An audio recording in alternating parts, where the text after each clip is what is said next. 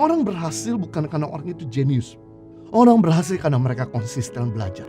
Orang gagal bukan karena orang itu bodoh. Orang gagal karena orang itu kurang konsisten belajar. Orang yang konsisten belajar pasti berhasil. Orang yang kurang konsisten belajar cenderung kurang berhasil. Berarti kalau kita mau berhasil dalam keuangan, bukan cuma kita belajar waktu kita masih sekolah, tapi sekarang kita masih terus belajar.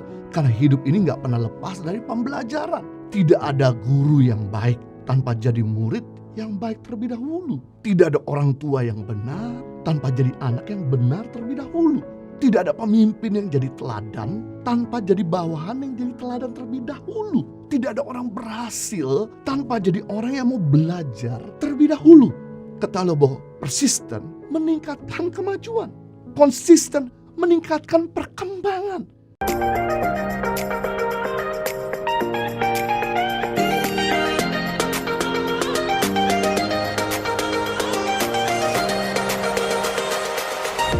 Saya akan melanjutkan seri pengajaran saya tentang financial freedom. Kali ini di bagian yang ketiga, yaitu mengenai cerdas mengelola keuangan. 2 minggu lalu kita belajar manfaat memberi. Minggu lalu kita belajar hebat menerima keuangan. Dan hari ini kita belajar cerdas mengelola keuangan. Karena begitu banyak anak-anak Tuhan, begitu banyak orang-orang berkata, untuk kita diberkati, mengalami kemerdekaan dalam keuangan, kita harus rajin memberi. Betul, rajin memberi atau generosity merupakan kunci untuk Tuhan memberkati. Tapi ada part bagian kedua, kita mesti rajin bekerja. Banyak orang-orang motivator berkata untuk diberkati kita perlu rajin kerja. Betul, salah satu partnya untuk diberkati rajin kerja, tapi juga kita harus belajar cerdas mengelola keuangan. Karena cara kita mengelola keuangan akan menentukan cara kita mengelola kehidupan. Jadi kalau kita berhasil mengelola keuangan, kita akan berhasil mengelola kehidupan. Kalau kita gagal mengelola keuangan, maka kita akan gagal mengelola kehidupan. Kalau kita berhasil mengelola keuangan, maka kita berhasil mengelola bisnis. Kalau kita berhasil mengelola keuangan, maka kita berhasil mengelola rumah tangga. Kalau kita gagal mengelola keuangan, maka kita gagal mengelola rumah tangga. Kalau kita gagal mengelola keuangan, maka kita gagal mengelola usaha. Jadi basic atau dasar untuk kita berhasil dalam segala aspek kehidupan, kita perlu berhasil dulu dalam mengelola keuangan. Dan yang menarik, firman Tuhan berkata, barang siapa setia mengelola perkara yang kecil, Tuhan akan percayakan perkara yang besar. Berarti kita bisa melihat perkara yang besar, perkara yang banyak dimulai dari kita bijaksana mengelola apa yang ada di tangan kita. Bahkan Tuhan Yesus juga memberikan sebuah perumpamaan dalam Matius pasal 25 tentang hamba yang memiliki 5 talenta menjadi 10 talenta. Hamba yang memiliki 2 talenta menjadi 4 talenta. Mereka berkembang bukan karena minta-minta, tapi mereka berkembang karena mereka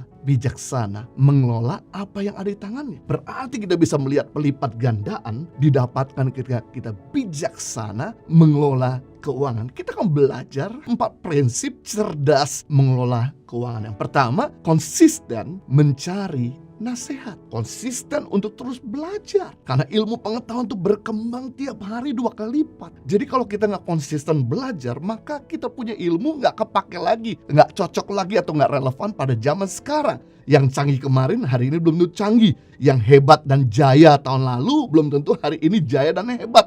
Dan kita perlu namanya untuk terus belajar. Amsal pasal 12 ayat 15, jalan orang bodoh lurus dalam anggapannya sendiri, tetapi siapa mendengarkan nasihat, ia bijak. Jadi kata Amsal begini, setiap orang menganggap dirinya paling benar, paling hebat, paling bijak. Sampai dia mendengarkan nasihat, barulah dia menyadari dia jadi lebih bijak. Jadi kalau kita nggak pernah belajar, kalau kita nggak pernah cari nasihat, kalau kita nggak pernah belajar dari orang-orang berhasil, dari buku-buku ataupun dari firman Tuhan, kita nggak akan pernah bijaksana dalam mengelola keuangan.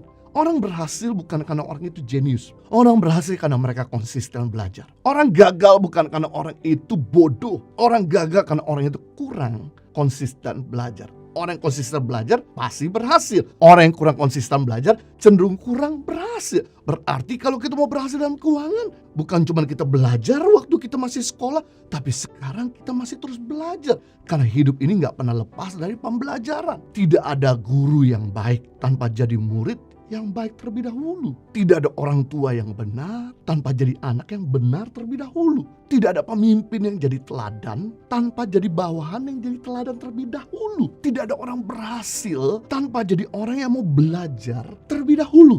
Ketahuilah bahwa persisten meningkatkan kemajuan. Konsisten meningkatkan perkembangan. Kalau kita pengen lihat kemajuan, dari cara lain kita perlu belajar dari mereka-mereka yang berpengalaman. Perhatikan King of Success in the Bible. They were king of failure. Orang-orang sukses di dalam Alkitab, mereka adalah orang-orang gagal sebelumnya. Tapi mereka adalah orang-orang yang punya mentor. Mereka adalah orang-orang yang terus belajar, dibina, dinasehati. Bahkan kita bisa melihat hari ini, orang-orang sukses di dunia adalah orang-orang yang mau terus belajar. Bukan cuma dulu, bukan cuma tahun lalu, tapi sampai hari ini mereka nggak berhenti belajar. Nggak berhenti untuk mencari nasihat, nggak berhenti untuk terus di-mentor.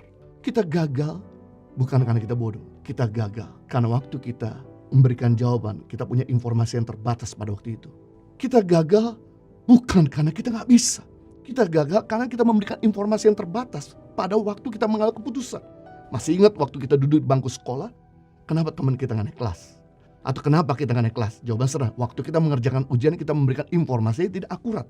Nah, orang yang ada di atas kita, orang berpengalaman, itu bisa memberikan informasi akurat, yang lengkap, agar kita mengambil keputusan yang tepat. Sehingga kita nggak perlu gagal, sehingga kita nggak perlu mengalami hutang, sehingga kita nggak perlu namanya hidup dalam pas-pasan, tapi kita bisa keluar dan mengalami kemerdekaan dalam keuangan. Dan mungkin banyak orang berkata, Pak, bagaimana untuk kita bisa mendapatkan hikmat? Simple dan sederhana. Kitab Amsal 1 ayat 20-21 dikatakan hikmat berseru nyaring di jalan-jalan. Di lapangan-lapangan ia memperdengarkan suaranya. Di atas tembok-tembok ia berseru. Di depan pintu-pintu gerbang kota ia mengucapkan kata-kata. Waktu itu Salomo menulis kira-kira sekitar 3000 tahun yang lalu.